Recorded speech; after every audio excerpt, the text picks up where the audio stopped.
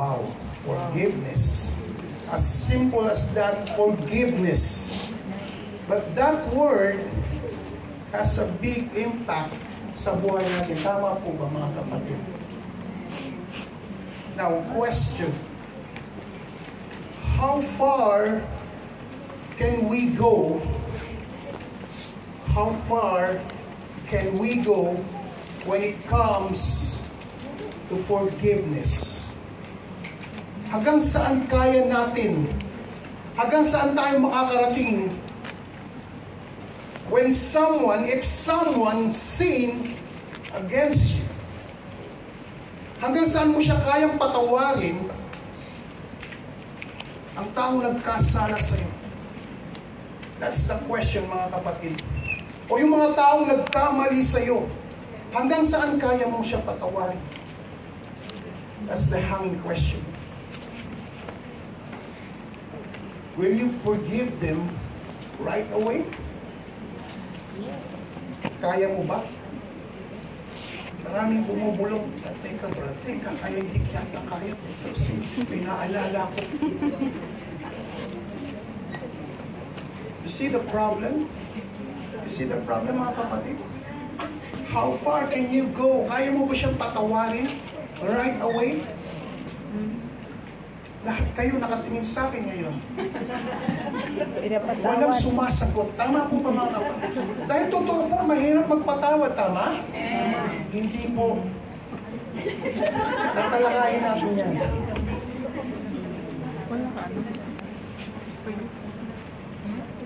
Maybe some of you will say, depende. Tama mga kapatid? Depende. That's the only answer na pwede nyo ibigay sa akin. Depende. May kondisyon. Depende sa bigat ng kanyang ginawa sa akin, Brad. Tama? Hindi na siya nagpakita after niyang gamitin ang pangalan ko as a garantor. Kung ngayon ang naghihirap, hindi ko siya mapapatawad. Tama? Pwede. Nakaka-relate tayong lahat dyan. Ginamit niyang pangalan ko. Inagaw niya ang asawa ko. Hindi ko siya mapapatawad, pero buti na lang inagaw niya. Batugan yun eh. Nakaka-relate.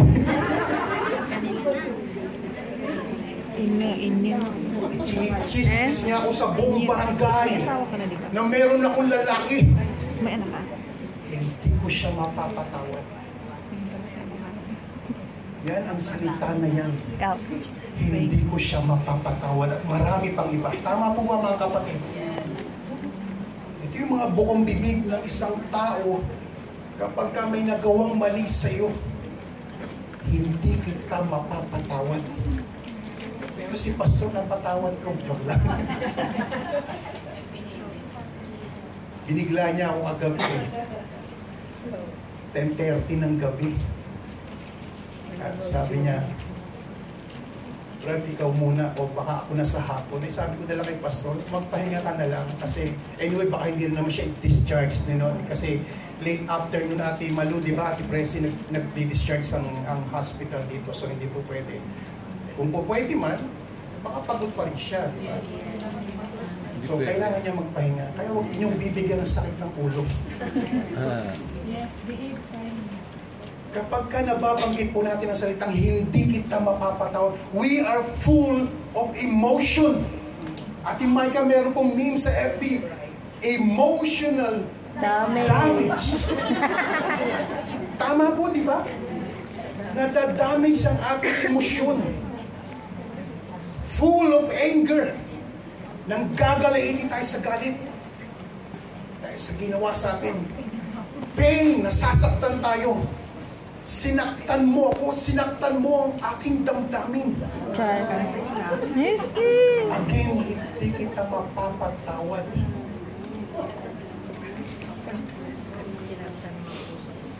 Hindi pumapasok sa isipan mo ang salitang patawarin. Tama po ba, mga kapatid, kapag tayo po ay galit na galit? Dahil sa sakit, dahil sa puot, lalo na kung sobrang sama ang nagawa sa iyo. sobrang nadihado ka. Yun ang iniisip mo eh. But our Lord Jesus Christ commanded us many times in the Bible that we must forgive no matter what. Amen? Amen. Walang kondisyon. Gaano man kabigat yan, gaano man kasakit yan, walang if, walang but, walang kondisyon, walang teka. But the Lord said, forgive. Amen? Paul also reminded the people of Colossians in chapter 3, verse 12, that you are elected by God. Pinili ka ng Diyos. Chosen by God to be holy, beloved, bowels of mercy, kindness, humbleness of mind, meekness, and long-suffering. And this is what you're going to show or give to the people if someone sin against you. Tama po ba mga kapatid? Hindi po, hindi galit. Ito ang ipapakita mo. Ito ang sinasabi sa Biblia. Ito ang sinasabi ng salita ng Diyos. Hindi mo pwedeng gantihan ng masama, ng masama rin. And as we continue in verse 13 and 14 says, forbearing one another and forgive, listen, forgive one another. If any man have a quarrel against any, even as Christ forgave you, so also do ye. And above all these things, put on charity, which is in the bond of perfectness. It is crystal clear what the Bible says. You forgive because Christ forgave you. Amen? Again, walang kondisyon. Gaano makabigat, gaano makahirap ang ginawa sa iyo, walang kondisyon. You must forgive them. And showing your love to those who hurt you. Ngayon, mahirap ba magpatawad talaga? Sabi ng ating mga kapatid. Ako ba tinatanong mo ba?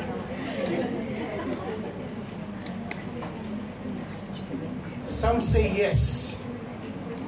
And some say yes still. Ito ang tao eh. Tama po ba mga kapatid? Mahirap magpatawad. Sabi po sa salita ng Diyos, kapag ka hindi ka nagpatawad, hindi ka rin patatawarin ng ating Panginoon. Ako lang ba nagsabi nun? Hindi po. In Matthew 6, chapter 6, verses 14 to 15, for if you forgive them their trespasses, your heavenly Father will also forgive you. Tama po?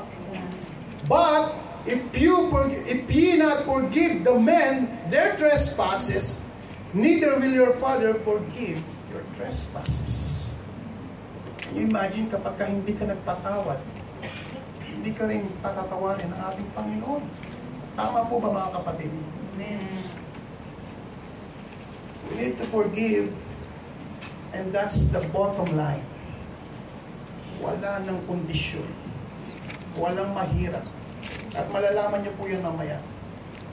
And that is because God commanded us to forgive. We cannot bend the law. Uy! Sabi ni Herwin Tulfo yun, di ba? We cannot bend the law. Nakakahawa na kasi ang Senate hearing ngayon eh. Walang katapusang hearing. Nagiging senador serye na. Walang laman ang ating mga Facebook kundi hearing. Walang resulta. We cannot bend the command of God. Tama po ba mga kapatid? Na dahil nasaktan ka, dahil agrabyado ka, Lord, hindi mo na ako magpapatawad. Hindi ko siya mapapatawad. Ang sakit eh. Tama? And even how painful painful it is, even how difficult it is, we must forgive. Amen po? Mag-amen naman kayo, parang parang hindi nyo tanggap tong message ngayon We must accept this message. Sa isang buhay ng mga mananampalataya, alam natin na mabigat ang magpatawad. Pero inuutusan tayo. God commanded us to forgive someone who hurt us. Tama po ba mga kapatid? Amen. We should accept this. Do you know the story of Marian Bachmeier? Hindi niyo po kilala, no? At nais ko po siyang ipakilala sa inyo. Marian Bachmeier was a West German mother who shot and killed Klaus Grabowski. Kilala niyo po yun? Ngayon ko lang din po nakilala ko eh. A man of trial for the rape and murder for her daughter Anna in the district court of Lübeck in Germany.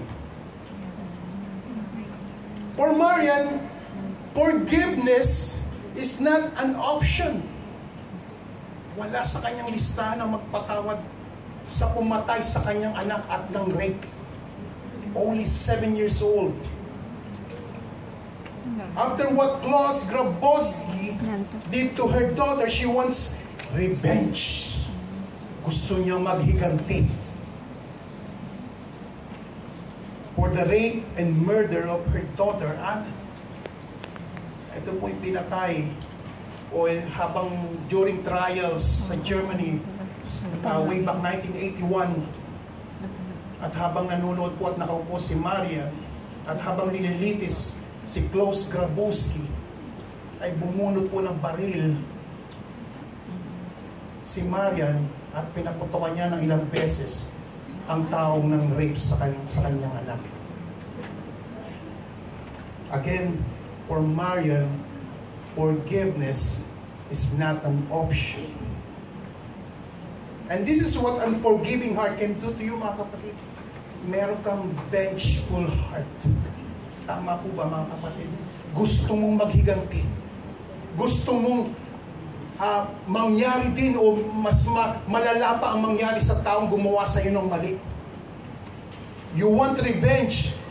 Gusto mong gumanti. And if your let hatred grows in your heart, then it will become grudge or grudges. Alam niyo po ba ibig sabihin ng grudges? Kinikinkin mo. Lagi mong iniisip. Hindi mo nalilimutan ang ginawa sa iyo ng taong ito. A persistent feeling of ill will or resentment o bitterness sa iyong puso resulting from a past insult or injury. And when harboring grudge or grudges in your heart or pagtatago ng hinakit sa iyong puso, listen, you will never experience peace in your heart. Tama po ba, mga kapatid? Amen. Never experience peace in your heart. Unforgiveness heart. In contrast to that, Erica Lane, kilala niyo po? Erica Lane Kirk. Yan. May pamilyar na si Kirk, ha? Si Kirk. Siya po ang asawa ni Charlie Kirk. Wife of Charlie Kirk, who was shot and killed by Tyler Robinson on September 10, 2025. And on September 21, 2025, during the memorial of her late husband, she began by quoting one of his favorite Bible verses, Isaiah chapter 6, verse 8, "Here I am, Lord, send me."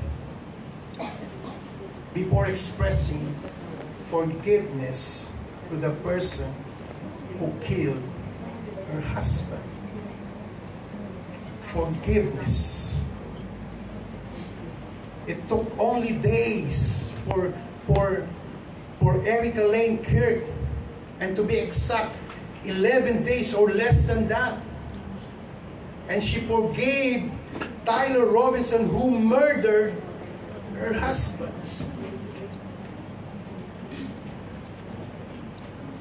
And people ask, why? Why is it so fast for Erica Lane to forgive? Pinatay ang asawa niya. And then within 11 days or less than 11 days, she forgave Tyler Robinson. And many people ask, bakit? Bakit ang bilis mong magpatawad? For Erica Kirk, peace in her heart is much more important than hatred. Amen? Amen. And because that is the best thing to do, to forgive. Love is much more important than revenge. Do you agree with that? Amen. And obeying God's commandment to forgive. That is the most important thing of all. Obeying God's commandment to forgive. And this is much important to her, forgiving people, because that's what the Bible says.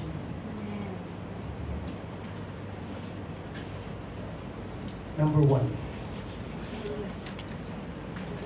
how many times do we forgive others? How many times do we forgive others? Binabasa niyo na po. I'm sure and I know that you know the answer for this question. Tama po ba mga kapatid? Are we doing it? 7 times? Sabi ni Peter.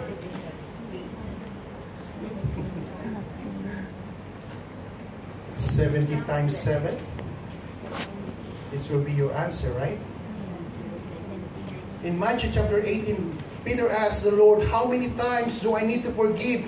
He asked, and in verse 21 says, then Peter came to Jesus and asked, Lord, how many times shall I forgive my brother or sister who sins against me? Up to 7 times?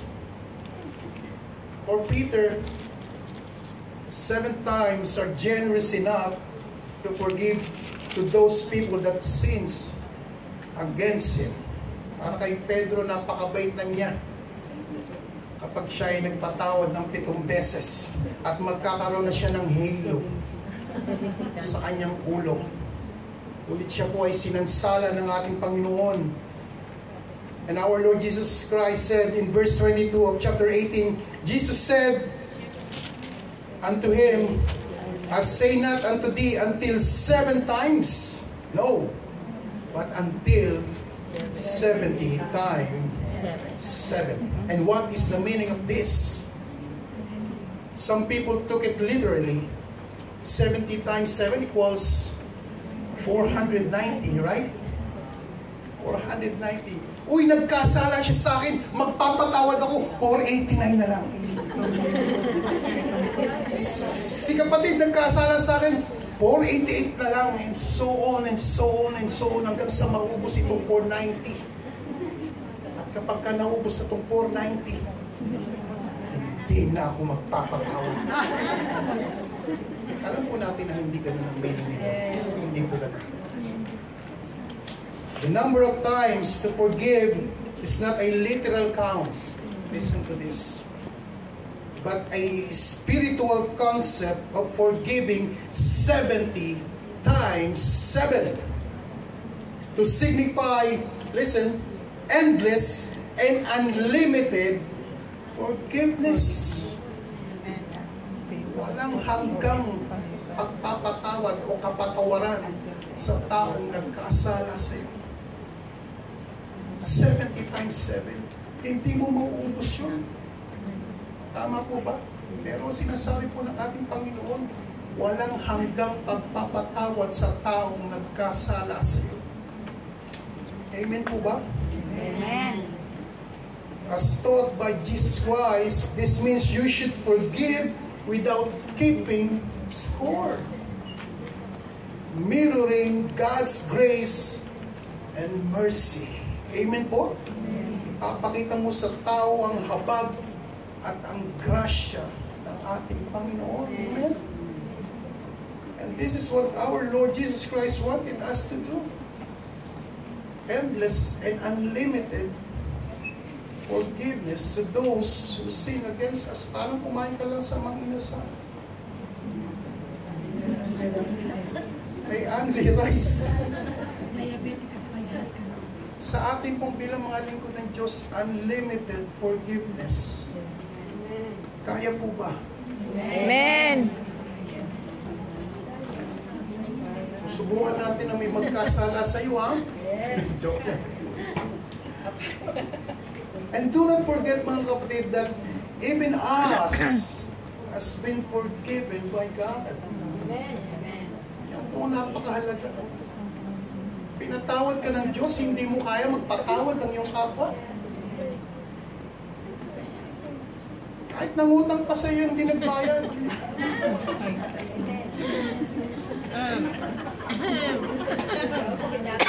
Alam ko, nakaka-relate tayong lahat.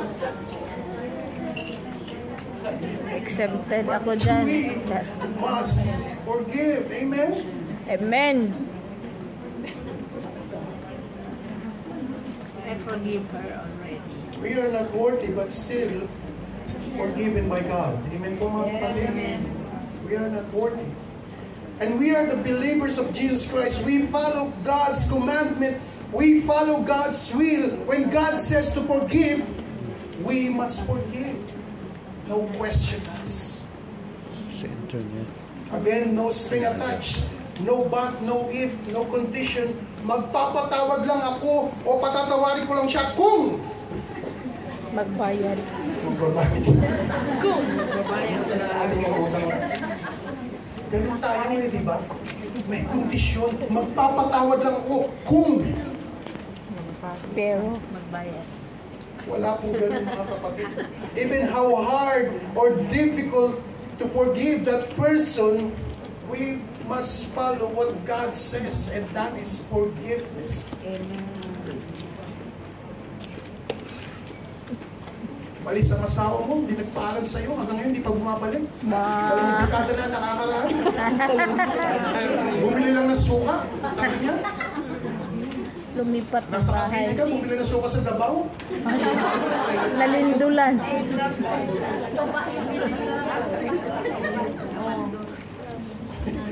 Yung tumado, ginagawa ko suka.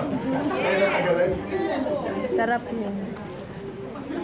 Kahit ano pa yan, walang level ng pagpapatawad. Magaan, kaya mong patawarin. Nawala sa How much more dapat kung mas mabigat, mas lalo mo siyang patawarin. Dahil anak ka ng Diyos. Yung nag-hiking. Gusto kong bigyan ng end. We must follow what God says to forgive.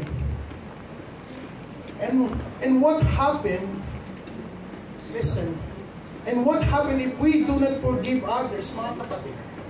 Anong mangyayari sa atin kung tayo ay hindi marunong o hindi tayo nagpatawad ng ating kapwa? Gusto kong isulat nyo ito o tandaan nyo ito. Unforgiveness will imprison you in your past. Tama po ba? Mananatili kang nakakulong sa iyong nakaraan. Yeah. Unforgiveness keeps that pain alive. Mananatiling sariwa ang sakit sa damdamin mo. Hanggat hindi ka nagpapatawad. Naalala mo ng araw-araw. Sabi, yung sakit, yung sugat. At kapag ang sugat ay tumatagal, nagiging bakokang. Lumalala. Which is ganun din po sa pagpapatawad. Hanggat nananatili sa iyong puso, ito po ay lumalala. Tama po ba mga kapatid? Unforgiveness never let that wound heal. Hindi yan gagaling hanggat di ka marunong magpatawad. Ikaw ang nagdadala niya. At yan ay mababanaag sa iyong mga mukha. Makikita mo rito kung sino yung mga tao nagpatawad at hindi. Si ate ko biglang ngiti. Totoo po. Ito po ang kasunod niyan. And if you go through life reminding yourself of what was done to you, stirring up that pain and making yourself progressively angrier. The more na inaalala mo yung mga nangyari sa'yo, mas lalo kang nagagalit, minu-minuto, sandali ng iyong buhay. Tama po ba mga kapatid? Kasi ito, nakakagigil. Diba? Aalalahanin mo na naman, lalong nagngingit-ngit ka sa galit. And you go through life accumulating bad feelings. Laging pangit ang iyong pakiramdam. Na kahit magpunta ka sa iglesia, mababanag at mapapansin ng tao na you are not in a good mood. Not moody. Tama po ba mga kapatid? Tama. Real talk. Narito. And the most important of all, listen, you sin against God for disobeying what God says. Tayo po ay nagkakasala dahil hindi natin tinutupad, sinusunod ang commandment ng ating Panginoon patungkol sa pagpapatawad. Yes, I agree na nagrabyado ka, nadihado ka, and may narinig akong mga preacher saying na hindi ka basta magpapatawad, makakapagpatawad. Kasi masakit sa damdamin yun eh. Masakit sa damdamin yung nagawa ng tao na yun sa akin. Listen mga kapatid, do not claim or take the situation or even entitle yourself na, teka lang, ginawan mo ako ng mali eh. Nagkasala ka sa akin. Hintayin mo kung kailan kita patatawarin. Eh, ganun po ba? Ginagawa po natin yun, to be honest with you. Yung iba. Diba? Give me time to recover. Sige, napatawad na kita. Patayin mo na yung cellphone na yan. Sige, sige. Hindi, may gano'n na ano eh, yung... Oo. Kasi, Nakakatuwira ka pa. tao lang. Wala akong ganun tao lang. Tayo po ay bumabase sa utos ng ating Panginoon. Huwag natin ikatwiran na tayo tao lamang at hirap magpatawad. Kung ikaw ay lingkod ng Diyos at sumusunod ka sa kalooban ng ating Panginoon, namumuhay ka ayon sa kanyang kalooban, madali para sa iyo magpatawad. Amen. At alam niyo, malalaman niyo ang resulta nito. Hintayin mong gumaling ang sakit sa aking damdamin bago kita mapapatawad. Mga kapatid, this is not what the Lord says. Tama po ba mga kapatid? May sinabi ba sa Biblia kung kailan mo dapat patawarin? Base po sa binasa natin kanina sa Matthew 6, kapag kami nagkasala sa iyo, patawarin mo. Dahil kung hindi mo siya patatawarin, huwag kang umasa na patatawarin ka ng ating Ama. Tama po ba mga kapatid? Amen. It's not what the Lord says. What the Lord says, forgive them. Forgive them. Forgive them. Ito na po yung kasagutan. And when you give everything to God, I mean everything, lahat-lahat, God will give you process. Ano po yung process? Healing. Healing process. Hindi po yung process sa immigration. A healing process. A process to accept everything despite the difficulties, despite the pain, and claiming the promise of God that I will never leave you nor forsake you. Ibigay mo lahat sa Diyos. Lord, pinapatawad ko itong taong to. Ikaw na po ang bahala sa aking damdamin. Ikaw na po ang bahala sa aking buhay. Like Erica Lane, kung kikimkimin niya sa kanyang puso, sa kanyang buhay, sa kanyang isipan, ang nangyari sa pagpatay sa kanyang asawa, hanggang ngayon hindi pa siya nakaka-recover. Imagine, 11 days or less, nakuha niya na magpatawad. Ganun po dapat tayo mga Kristiyano. Ganun po tayo dapat mga lingkod ng Diyos. Wala po tayong pagbabasyang metro kung hanggang saan lang tayo pwede magpatawad. Ano man ang nagawa sa inyong tao, mabigat at magaang, pareho lang pong requirements ng Diyos. Magpatawad. Wala na pong question. A healing process. Forgiveness liberates you from resentment. Resentment is yung pait, bitterness sa iyong puso. Na once na nagpatawad ka, mawawala ang pait sa iyong puso. Tama po ba mga kapatid? Amen. And can lead to a deeper connection with others. Kung sino man yan, much more sa ating Panginoon. Dahil wala kang ibang malalapitan kundi ang ating Panginoon na siya magbibigay sa iyo ng kapayapaan, magbibigay sa iyo ng kasagutan, magbibigay sa iyo ng kagalingan kung ang puso mo ay may sakit. Kung ang puso mo ay may buot.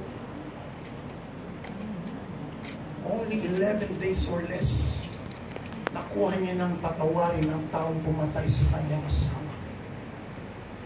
Utang lang yan. Pira Kaya lang yan. makitain yan. Yeah. Masaktan ka ng iyong kapatiran, ibigay mo sa Diyos. Pray Without ceasing. para mabigyan ka ng kapayapaan sa iyong puso. And experience more joy and love sa iyong buhay. Na kapag ka nagpatawad ka, tignan mo magiging masaya ka. Tignan mo magiging mapagmahal ka sa iyong kapwa. Tignan mo, makikita mo ang pagbabago dahil binago ng Diyos ang iyong puso. Meron ka ng pusong mapagpatawad. Tama po ba mga kapatid? Amen. Yan ang nagkagawa ng pusong mapagpatawad mga kapatid. When you forgive, sabi po dyan, you experience deeper connection with others, deeper connection with God, and experience more joy and more love sa iyong buhay. Mas maiging magpatawad kapatid dahil ito ang naisin ng Diyos kaysa magpaalipin sa iyong emosyon at galit. Amen po? Amen. Now let's go to our topic.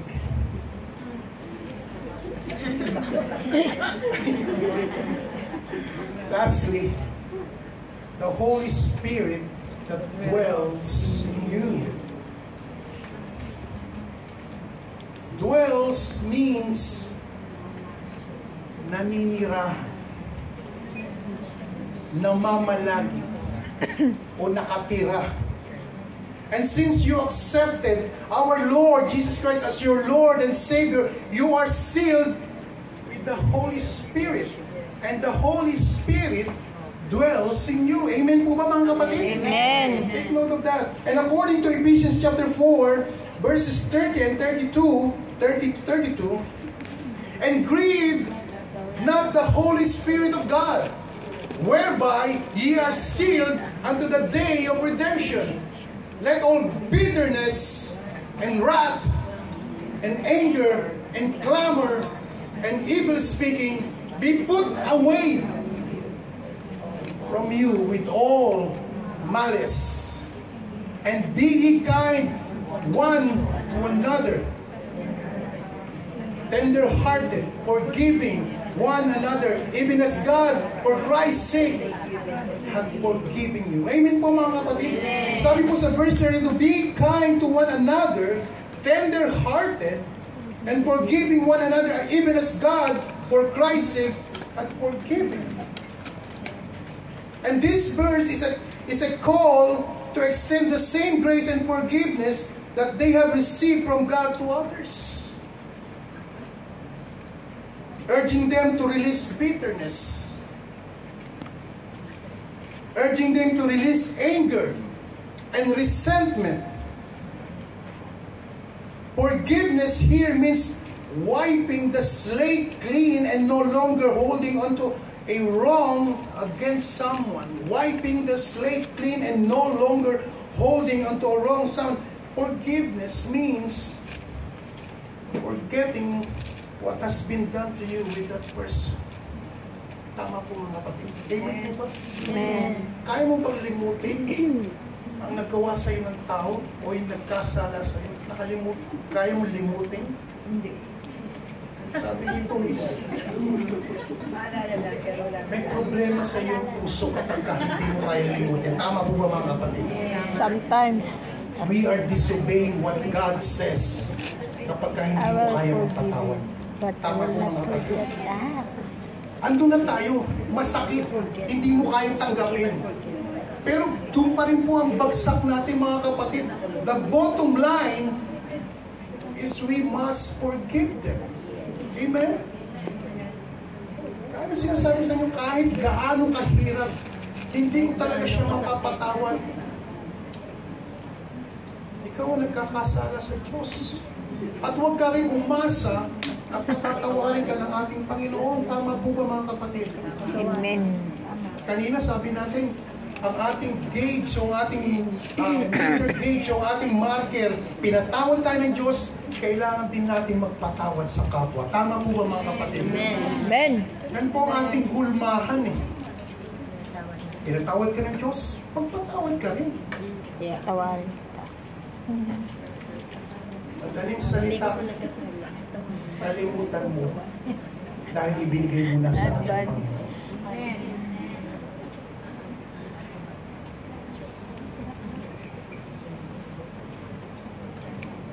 Forgive and forget. Kanta po yan ni Ate Shawi. Shall we?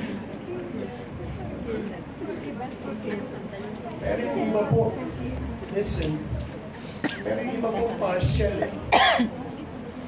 Patatawarin kita pero hindi ako makakalimot. Kaya nasabi ng iba kanina. It's true. Malilimutan yung ginawa mo sa Friend akin. talk. Or, paano kita patatawarin eh, hindi ko nga malimutan yung ginawa mo sa akin, di ba? Yeah. Ganun ang basihan natin as a tao eh, as a human being. Paano kita patatawarin? Nananatiling nasa isipan at puso ang ginawa mo sa akin. Hindi ko mapapatawad. Hindi ko malilimutan yan. When we forgive someone, we must forget everything also. Mahirap ba? Hindi. Amen kung hindi. Amen. Which is totoo naman yun. Saan na Amen. pumapasok sa isipan mo? Pumapasok sa puso mo. Pero once ay pinagkalaw mo na sa ating Panginoon, God will heal your heart. Amen. Subukan mo kapatid. Hindi ka mapapahamak. That's the right thing. Kasi kung nananatili pa din sa isipan mo, sa iyong puso, listen, hindi ka totoong nagtatawad. Tama po ba? Again, real talk.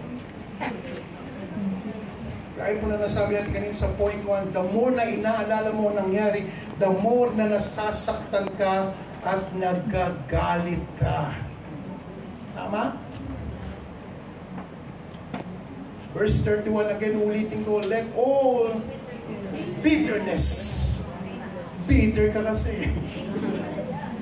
Let all bitterness and wrath and anger and clamor and evil speaking be put away.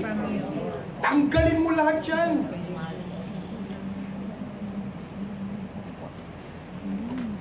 Sa asawa ko, bubunutan niya ako ng puting buhok. Tanggalin mo lahat yan. Paupaw. Kaso may natitira pa. Sa atin pong buhay, wala tayo dapat ititira sa ating puso para mawawala rin ang puot at galit. Tama po ba mga kapatid? Tatanggalin mo lahat yan base po sa ating binasa. Put away from you. Sa Tagalog, hindi dapat nakikita. hindi dapat ipinamumuhay, hindi dapat inuugali ng isang lingkod ng Diyos. Amen po? Verse 31, present a list of sin to be rejected. Listen. List to be rejected. Sasansalain mo, tatanggalin mo sa iyong buhay. While in verse 32 offers a positive alternative, sabi po dyan, being kind and compassionate to one another, forgiving each other as Jesus forgave you. Amen? Amen. The message is that replacing destructive behaviors with kindness and compassion. Amen po mga kapatid? Ito dapat ang makikita sa iyo at nilalaman ng puso mo.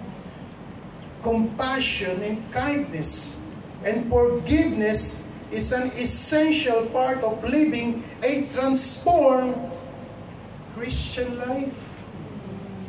Are you transformed? Yes. Then forgive. Amen?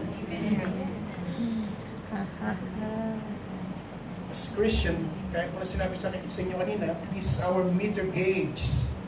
O palatandaan sa buhay, God forgave us. And we are now living a transformed Christian life modeled after God's own forgiveness. But sometimes, kapag tayo po ay hinahamon ng pagkakataon, may mga salitang hindi karapat-dapat na lumalabas sa ating bibig. Yay. Even though we are Christians, even we serve God, ay mga lingkod ng Diyos. Diba? Aminin natin o hindi. Kahit tayo ay nagsisimba, naglilingkod sa ating Panginoon, you consider yourself as Christian, kapag ka ikaw ay nagagalit at hindi ka marunong magpatawad, lumalabas pa rin ang mga bagay na hindi maganda sa iyong mga bibig. Tama po ba mga kapatid? Sample ay wag. Alam niyo na yun. Alam niyo yun, dahil sa galit, marami kang nasasabi. Tama po ba? Minsan nalilimutan na tayo ay mga Kristiyano. Nalilimutan natin na tayo mga lingkod ng Diyos. Nalilimutan natin magpatawad. Ayaw natin magpatawad. Again, pumapasok kasi masyado kong naagrabyado. Let all bitterness, all negative things be put away sa puso at isipan. Amen po? Amen. Tanggalin mo. Iwasan mo. Para lamang yung isang halaman na kung hindi nakakatulong para lumago, ay ito ipupruning mo. Tama po ba? Diba? Magpupruning, tatanggalin mo yung mga sanga para ito lumago. Itong mga bagay na to, bitterness, anger, wrath, unwholesome talk, na hindi nakakapagbigay sa iyo ng paglago sa iyong spiritual na pamumuhay, tanggalin mo ang pagpapatawad. Pagpatawad ka, ikaw ay lalago. Magiging masaya ang buhay mo bilang isang mananampalataya. Amen.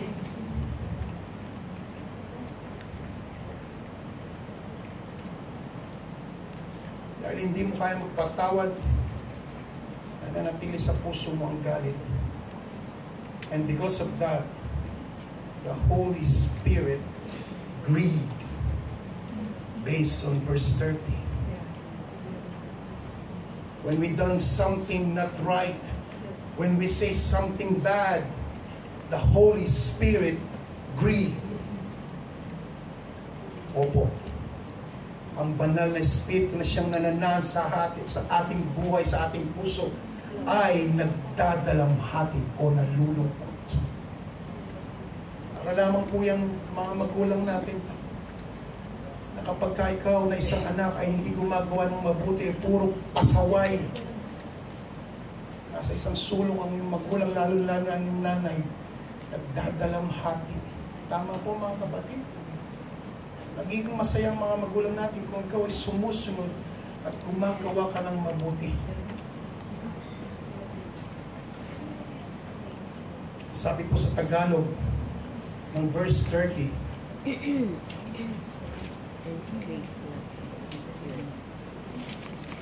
Meron po yan.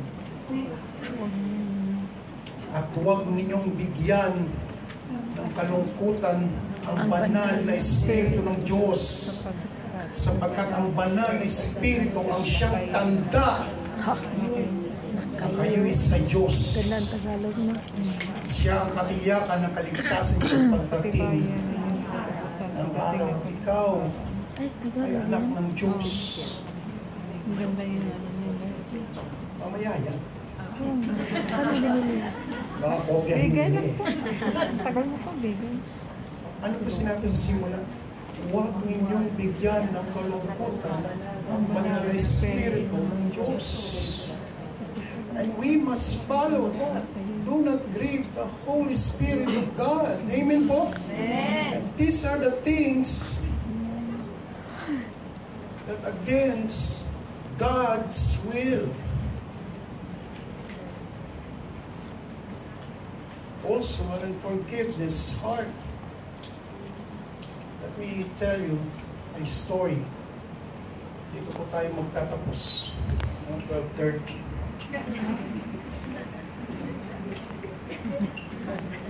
Habang po kami magkakapatid, na puro lalaki, tunay na lalaki.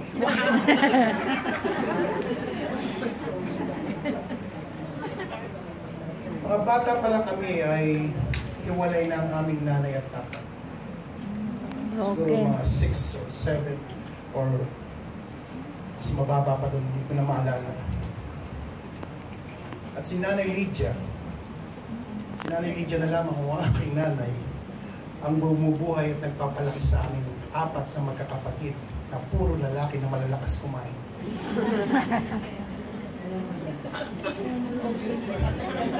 Malusog. At tuwing mapag-uusapan ng mga nangyari, yung kanilang paghihiwalay,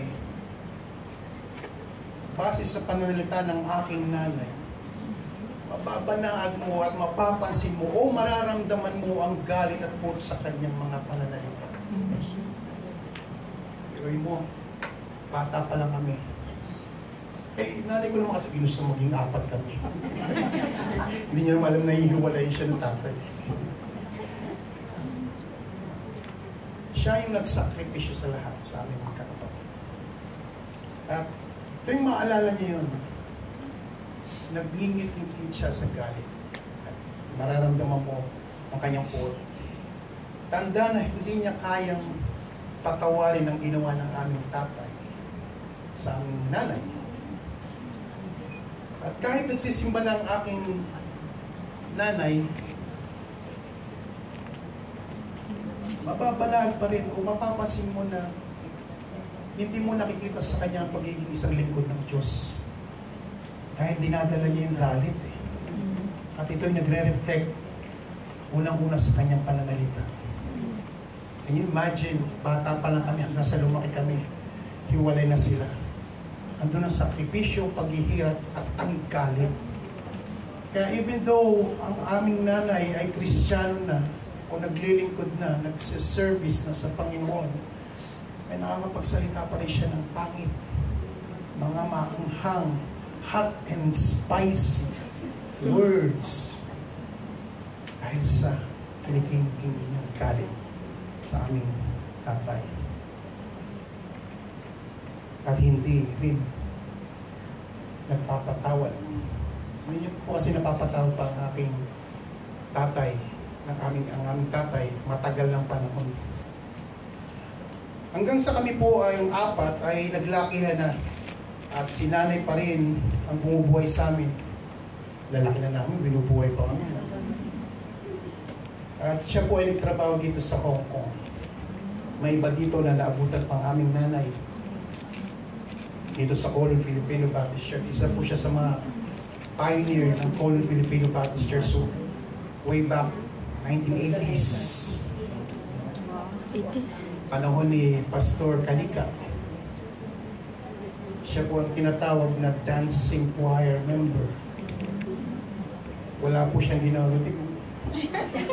Kumakanta po rito sa unahan, sumasayaw po yun. Maligayang siya ng kumakanta, umaawit.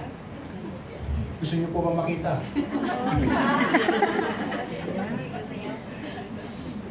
Fast forward po tayo, baka kasi mainit pa yun. Matulad tayo sa Senate hearing. Nainip na ang mga tao. At dumating na po yung panahon na lumala na yung sakit ng aking tatay. Dahil marami na pong komplikado, marami na pong iniinda, marami na pong lumalabas na sakit dahil may bisyo rin naman ang aking tatay at talagang manginginom na kapag ka naubos na yung isang stick, hanggat maaari may kasunod na. At one time natanong ko siya, umuubos yata siya ng 2 rim sa isang araw. Ang isang laman po ng rim ay 10. Ganun po siya kalala. At ito ay naging dahilan para lumala ang kanyang karamdaman. At malapit na pong malagutan ng hininga ang aking tatay. At sa hindi malamang kadahilanan, kahit hindi sila nagkikita o nagkikibuan ng aking nanay, wala silang pakialamanan. Sabi ko ng aking asawa, bakod lang ang pagitan.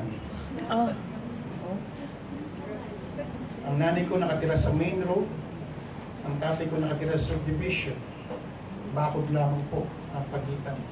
O shortcut, pwede na po sila magkita, pero hindi po sila nakikita. Pero kung uso na noon ng text, eh baka hindi rin sila mag-text na. At sa huling pagkakataon po ay siya ay nagpunta sa bahay ng aking tatay. Habang ang aking tatay ay nag-ihingalo na at malapit na talagang malagutan ng hininga. At sa huling pagkakataon po ay siya ay pinatawad ng aking nanay.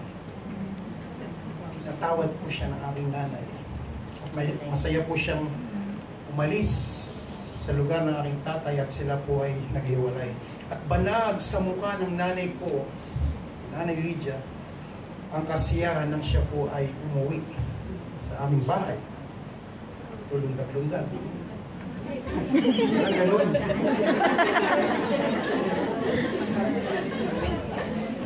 At nang kinagabihan, ay pumanaw na po ang aking tatay. Oh, siya din. At nung hapon noon, at nang hapon naman the next day, ay sumunod naman ang aking nanay.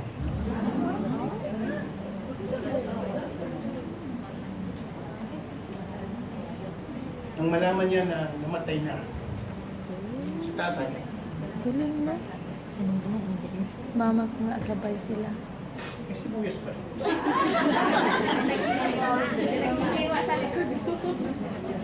True love talaga yun.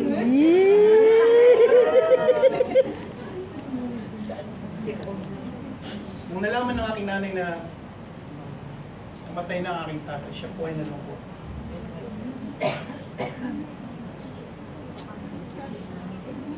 At the next day, ang nanay ko naman na sumunod.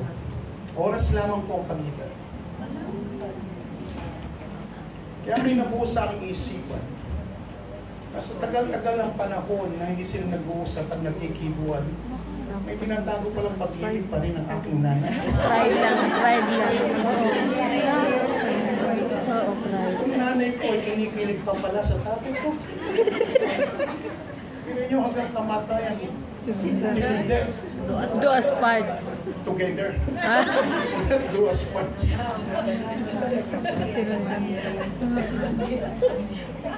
Nagsama pa rin sila sa huling pagkakataon. Kasi may nagkita. Una, naging masaya siya. Dahil sa sobrang saya, hindi ko alam, baka sa sobrang saya niya, lumuntag siya, nautok siya, hindi ko alam. Pero inatake po ang aking nanay sa kanyang Sobrang saya yun. pagkabigla ang nalaman niya na wala na ang aking tatay. Pero may mas mahalaga pa kung sinabi si nanay nang siya'y bumisita kay tatay habang malapit ng malagot ang hininga ng aking tatay. ay bahagi po ni nanay ang salita ng Diyos. Sama Kasama ng sila. pagpapatawad. At base sa kanyang kwento, tumanggap po ang aking tatay sa ating Panginoong Yesus. Yan po ang kwento at love story Lydia. ng magulang, better known as Nanay Lydia.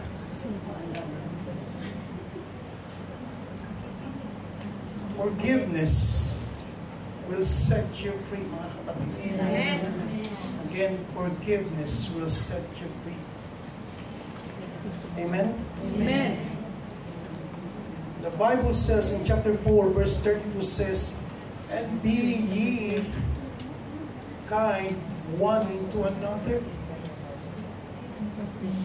Maging mabuti ka sa iyong kapwa bilang lingkod ng Diyos. Maging mabuti ka sa atin. Followed by tender-hearted, forgiving one another. Even as God, for Christ's sake, had forgiven you.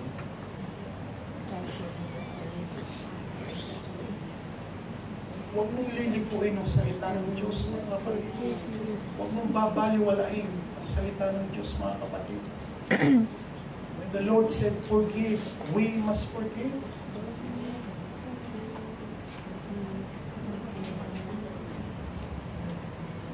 Again, mga kapatid, we are all forgiven by God. Amen? Amen. And we must do the same thing sa ating kapwa. Huwag mong isipin na mahirap. Huwag mong isipin na komplikado.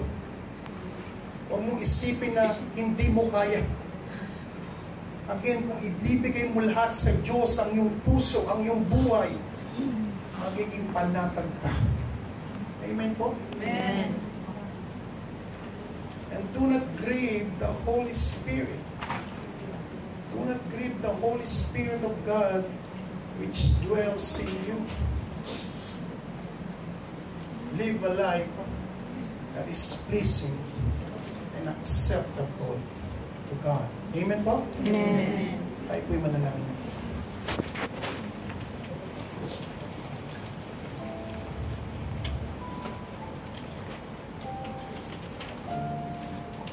Salamat Panginoon sa iyong mga salita na aming pinagpulay-pulayan. Salamat sa Banal na Espiritu na siyang tumulong sa amin upang maunawa namin ang iyong mga salita sa araw na ito. Nawa ang mga salita mo ito ay huwag namin kakalimutan bagkus ipamuhay namin ang salitang pagpapatawad. At kapag ito'y ginawa namin, kami ay patatawarin mo rin. Maraming gantimpala kapag ginawa namin ito, Panginoon. Magkakaroon kami ng kapayapaan. Magkakaroon kami ng kasiyahan. Magkakaroon kami ng kaligayahan sa aming buhay. Magiging panatag ang aming kalooban dahil kami nagpatawad at sumunod sa iyong pinag-uutos, O Diyos. Nawa ang mga salitang ito, Panginoon, ay mangusap sa bawat isa. Maging pagpapala. Salamat sa iyong kabutihan, O Diyos. Salamat sa Banal na Espiritu.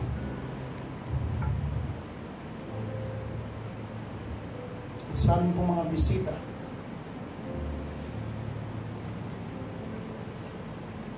isa pong malaking pagkakataon na kayo ay nakapunta rito, nakabisita sa aming iglesia. Hindi po ito aksidente. Hindi po ito ay nagkataon lamang, kundi ito ay kalooban ng Diyos upang kayo makarinig ng salita ng ating Panginoon. Alam niyo po ba na napakasarap mamuhay na mayroong Kristo sa puso? Napakasarap po. Sa aming mga bisita, napakasarap po na mayroong Kristo sa aming puso. At ito rin po ang aming naisin sa inyo, mga kapatid. Sabi po ng ating Panginoong Hesus, ako ang daan at ang katotohanan at ang buhay. Walang makakapunta, makakaparoon sa Ama, kundi sa pamamagitan ko lamang. Ang ating Panginoong Hesus po ang nagsasalita niya. Walang ibang kaparaanan papunta sa kaligtasan. Hindi ang iyong kabaitan,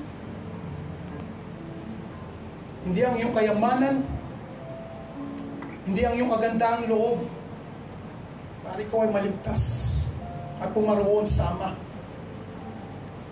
Ang tanging daan ay ang ating Panginoong Hesus lamang.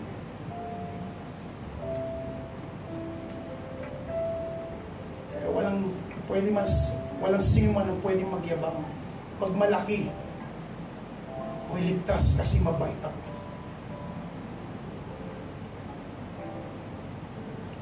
Ang Panginoon lamang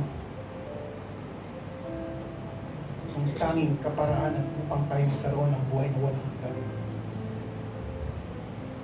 And this is the day, mga kapatid, para sa aming mga bisita.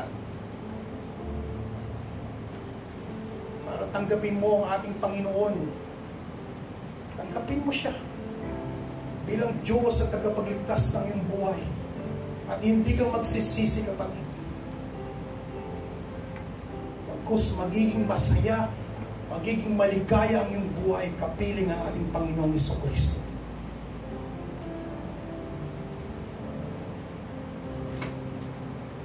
Maaari mo itaas ang iyong kamay kung nagnanais ka, nagdidesisyon ka sa iyong puso na tanggapin mo ang ating Panginoong Jesucristo bilang iyong Diyos at tagapagligtas ng iyong buhay. Para po sa aming mga bisita, ito po ang pagkakataon. Hindi ka magsisisi. Sinisigurado ko sa iyo, kapatid. Maaari mo itaas ang iyong kamay. Salamat, kapatid. Pagpalain ka ng ating Panginoon. Meron pa po ba? Amen. God bless you, kapatid. Sino pa po ba? Huwag kang mahiya, kapatid. Amen. Amen. Kamaya itong pagkakataon. Hindi ka mapapahamak, bagkus magkakaroon ka ng buhay na walang hanggan. Meron po tayong 3. Nandun po sa likod, nandito po yung isa. Ang ating po mga counselors, nakikisuyo po sa mga kapatiran namin, sa mga bisita na nagtaas at tumanggap sa ating Panginoong Jesucristo bilang Diyos at tagapagligtas sa kanilang mga buhay. Kayo po ay kakausapin ng aming mga counselor, ng mga membro, para ipaliwanag pa ang higit ang inyong desisyon sa araw na ito. Palain kayo ng ating Panginoon. Patuloy po tayong lumapit. Salamat, Panginoon, sa aming mga bisita, sa aming mga kaibigan na nagtaas ng kanilang mga kamay. Paramdam mo, iparanas mo, Panginoon, na hindi sila magsisisi sa kanilang desisyon sa tampong ito. Pagkus, ito ang panimula ng mahusay, mainam na pamumuhay kasama ang ating Panginoon sa Kristo. Pagpalain mo, Panginoon, ang kanilang buhay at patuloy na ingatan mo sila maging ang kanilang mga minamahal. Maraming salamat po muli sa araw na ito. Salamat sa pagkakataon. Salamat sa Banal na Espiritu. Salamat sa iyong pag-ibig. Papurit pa sa salamat ang aming binabalik sa iyo sa pangalan lamang ng aming Panginoong Hesus. Amen. Palakpakan natin ang Panginoon.